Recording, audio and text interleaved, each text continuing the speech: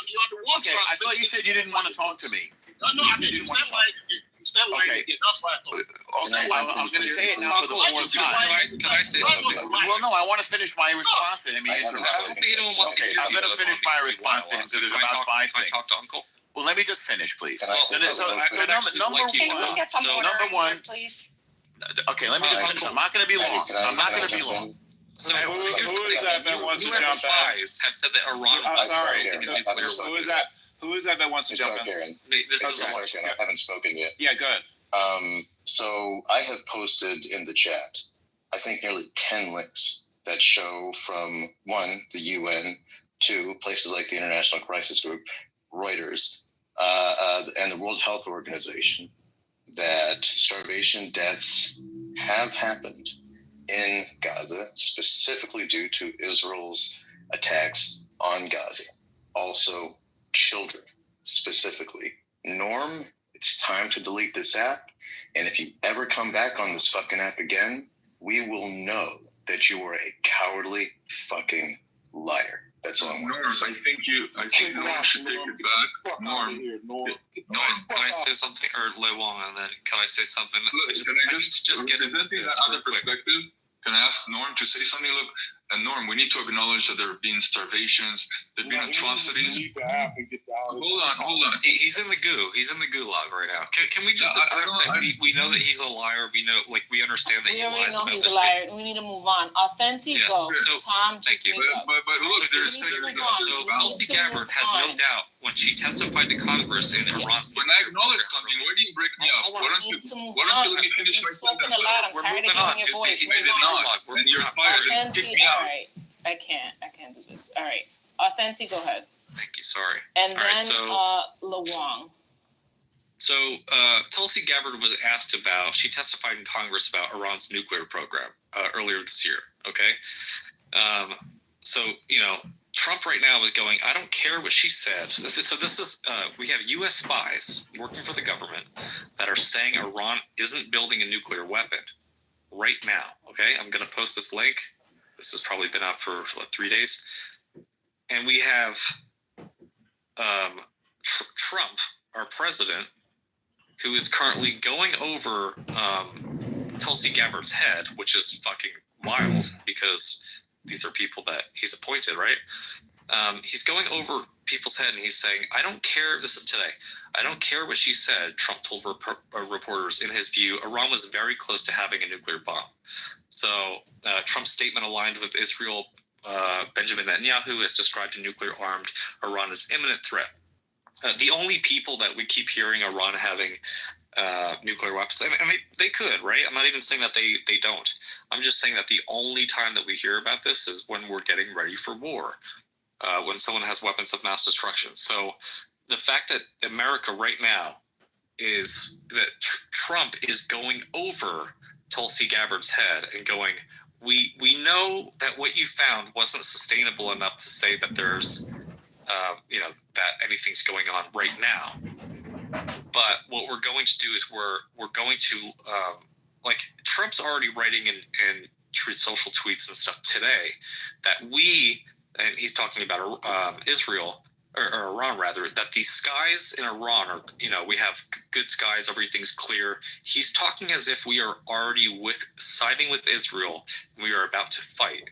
He's sending, I think someone said in here 30 minutes ago, they're sending planes over to the Middle East. These are our planes, U.S. planes.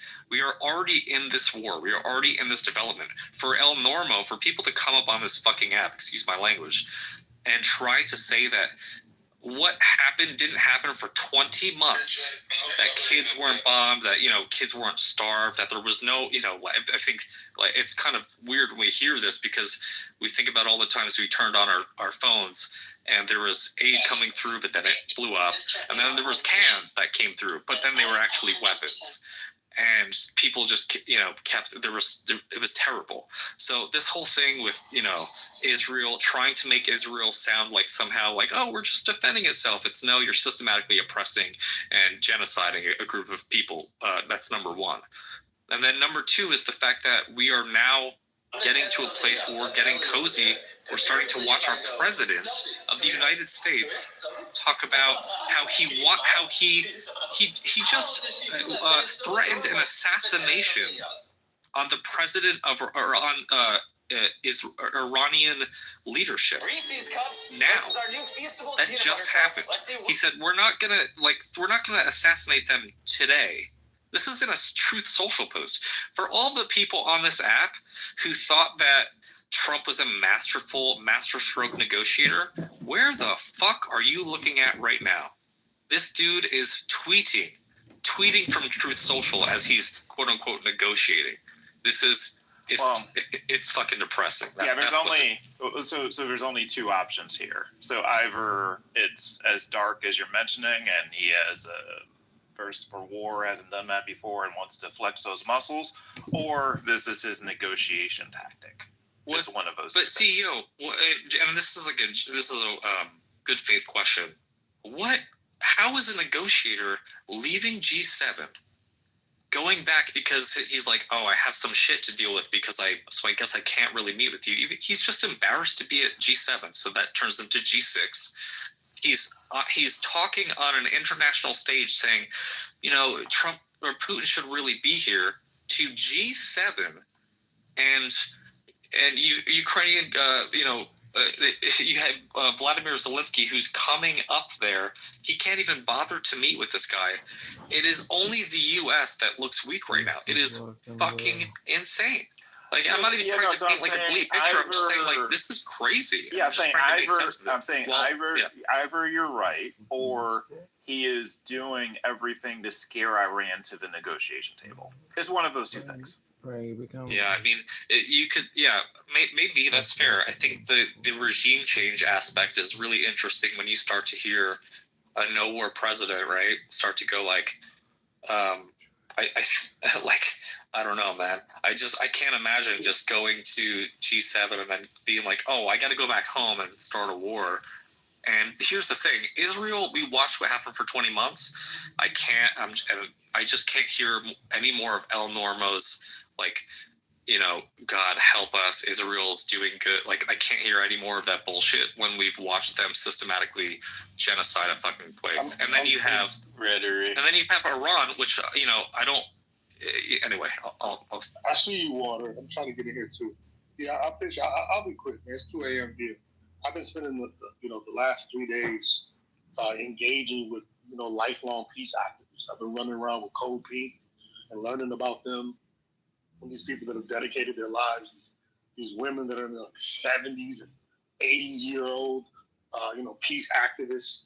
And what I heard in this room was pretty much a general consensus of Americans that don't want war. They do not want to participate in this war. So if we have a consensus, and this is the will of the public, and we know that even MAGA is divided, they don't want war. Yet time and time again, these wars happen. Like what